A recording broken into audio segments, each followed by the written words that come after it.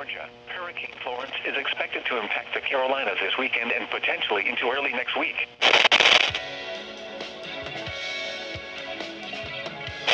You're listening to the Casper Dog Jones radio show on DWEL Public Radio.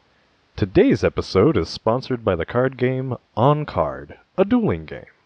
On Card, a dueling game, is a card game that emulates the high-stakes world of sword duels. Whether you prefer to slash, stab, or pommel your opponent, On Card, a dueling game, has what you desire. Pick up your copy of On Card, a dueling game, today at filthyandfreepublishing.com. And now, back to the show. It's the Casper Dog Jones radio show! Starring Frankie Ellington as Basil, Sylvester Mundo as Hubel, Pollyann Rivera as Scully, and Marlon Coppertone as Casper Dog Jones. Narrated by Douglas Magruder.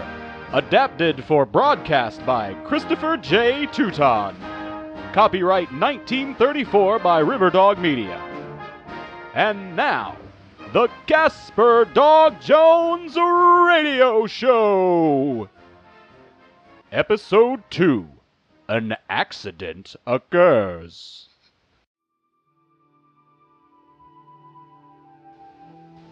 After strange electrical noises and bright lights drew his attention to the family barn, stalwart protector and hero Casper Dog Jones was all set to investigate when the smell of deer distracted him and caused him to become momentarily sidetracked. However, he was back on task now, and as he crept closer to the barn, he suddenly became aware of the sounds of voices. See here, I'm telling you, that's not the way it's supposed to go. Look at the diagram. It's L-shape here, circuitry radio here, tiny blue wire, that's this, from here to here. But look at the outline. It doesn't match the shape of the Gigapilot at all. It's galaxial. It should work with anything made in Andromeda. How do you know this wasn't made in the clouds? Because it works. Like garbage it does. Look where we are, some sort of torture room with medieval weapons on the wall. I have no idea where we are. We could very well be on Demeter, just like we planned. I won't know until I get... Wait, hold on. Casper suddenly realized that his ears were pressed flat against the back of his head, and they slowly returned to normal as he moved, quietly, to the barn door. It was closed, but he knew that from months of mouse chasing that it did not lock properly, and all he had to do was push it open with his nose. Come on, hurry up! Instinctively, Casper stepped inside, only realizing that the command was not meant for him after he had already obeyed it. He regained his composure and moved behind a large pallet of concrete so that he could get a better look at the strangers. They smelled odd to him. He did not know why. Okay, it's working. Just give it a moment to calibrate. Calibrate what? How should I know? It just says calibrating. Casper thought that the men sounded upset. His eyes dropped to the ground and he said to himself, "These guys don't smell like bad people. They smell like scared people." Casper walked out from behind the concrete pallet and wagged his tail helpfully. "Hey guys, can I help?" The two men did not immediately notice him for two reasons. The first was that they, like most people, did not understand the various facial gestures and paw movements required to speak proper dog. The second reason was that they were both leaning down and intently staring at a small trapezoidal box. The top of the box was illuminated, and the faint light that it gave off enveloped the entire shed in an eerie green glow.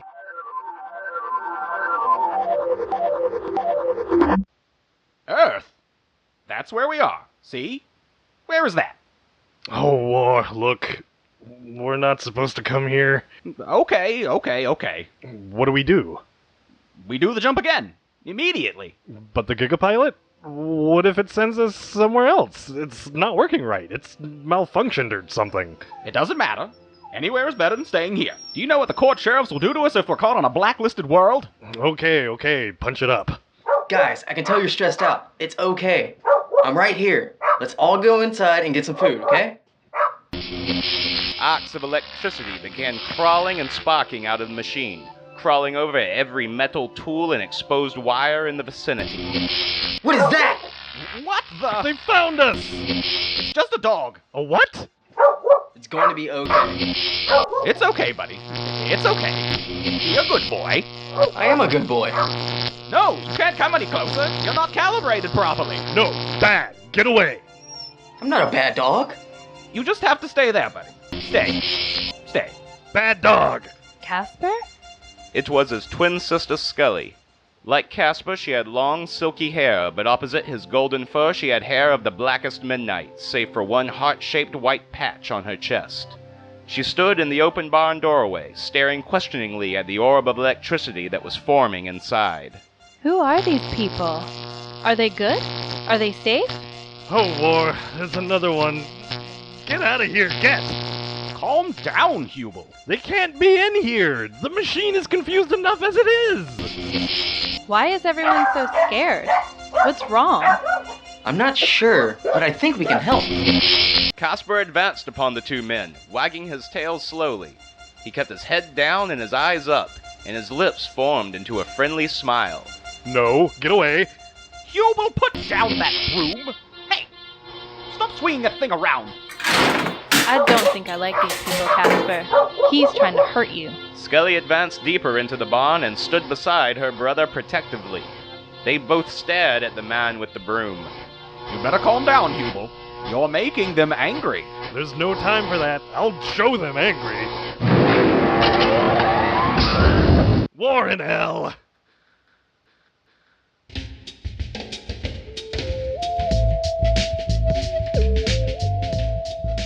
Just as the man named Hubel had moved to attack our heroes, the timer on his so-called Gigapilot machinograph went off and the entirety of the room disappeared, transported off somewhere else. Where did they go? Will the fighting continue when they get there? And, if it does, who will win? Find out what happens next, after some words from our sponsors.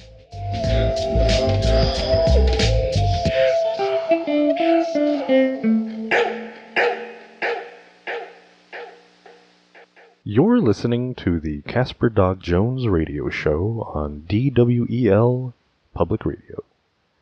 Coming up in our next hour, we have Horatio Anderson Cooper Strong from the Department of Apple Culture to talk to us about the different kinds of treats he'll be offering at his Apples Only Eatery in East Athens, the Apples Only Eatery of East Athens.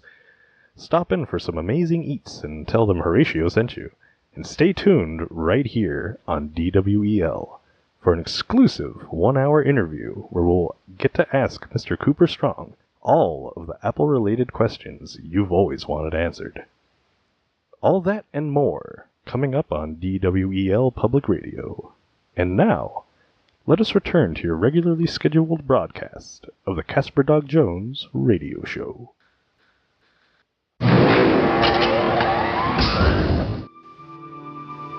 Casper was dreaming the vivid dreams of a happy dog. He was in a field of clover after a hard rain, splashing around in puddles and chasing moles through the underbrush. All of his brothers and sisters were with him, and his father and his mother, and even his uncle. He rolled on his back and wiggled against the cool, wet grass. Nearby, pine cones fell from tall trees filled with squirrels and chirping birds. He chewed mindlessly at an oyster shell, licking the salt water off the cool calcium. He was a good dog. He knew he was a good dog. Oh, ow, my head. Basil's voice awoke Casper, who was lying on his back. The sky was orange, a strange shade of orange, not one that he had ever remembered seeing before. He yawned and wiggled to the side, scratching his ear clumsily with his left foot. Oh, there it is. That's it. That's it. Wait a minute. Something's wrong. Casper realized what it was almost at once. He couldn't recognize any of the smells. He flipped over onto his back and looked around. Where are we? What's going on? Oh, not again. Where's Scully? Scully! Scully! It's okay, buddy. Buddy, it's okay. Come here. Scully! Scully! It's okay, buddy. You're a good boy. I am a good boy. Scully! Scully! I'm Basil. I'm not going to hurt you, okay? You're a good dog, aren't you? Basil patted Casper on the head and surveyed his surroundings. This isn't right either. You're nice, but I don't know what you mean. We need to find Scully. Scully! Hubel? Hubel, where are you? Scully! Hubel! Scully! I don't know where Hubel is, little buddy. Hey, what's this around your neck? Some sort of collar? A bandana? Casper. Is that your name? Casper licked the stranger's hand, and even Basil understood what that meant. I'm sorry Hubel scared you, Casper. He's not from a planet that allows dogs. I don't think he's even seen a four-legged creature before. To him, you probably looked like a monster. Casper nuzzled against Basil's hand. Basil scratched him and found a spot behind his ear that the dog seemed to like. He scared my sister, but I know he was scared too. You're not a bad man. You're a good man. Don't be scared, Casper. We're okay. We just have to find out where we are. And where Hubel is. Basil straightened up and touched his wrist. A holographic display of lights and unfamiliar figures appeared in front of him. Casper did not smell anything covering from the hovering lights, and so he disregarded them. There were more intriguing things in the immediate area. This dirt is weird. It's dark and purple. It tastes like salt. Rained a few days ago. The rain tastes like the pool water. This plant is really sticky. No.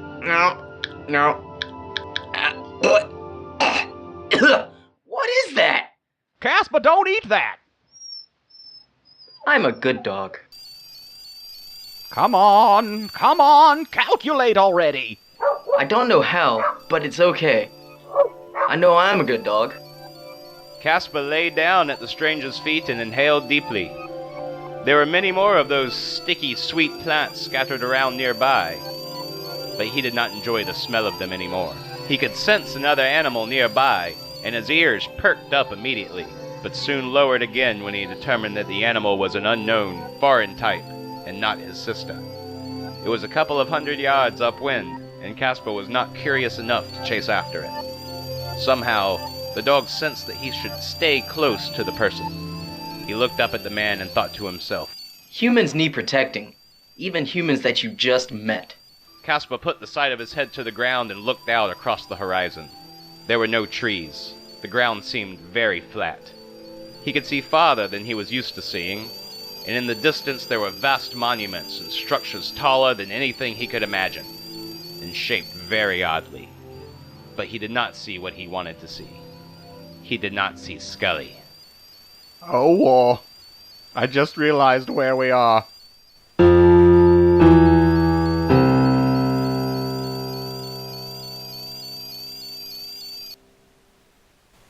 Where are they? Will Casper ever see his sister again? And what of the mysterious Hubel, who views dogs as monsters? What will happen if he gets to her first? Find out next week on the Casper Dog Jones Radio Show! The Casper Dog Jones Radio Show is recorded live in a studio.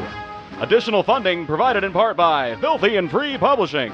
Find them on Patreon, YouTube, and Facebook. And viewers like you. If you wish to donate to help support the Casper Dog Jones Radio Show and other DWEL public radio shows, head over to patreon.com/filthyandfree. Or cut out the middleman and cut us a check via PayPal. I've been Fontaine Perez, and you've all been lovely. See you next time on the Casper Dog Jones Radio Show. Can you tell us how it all started? Well, it all started when I bit into my first apple.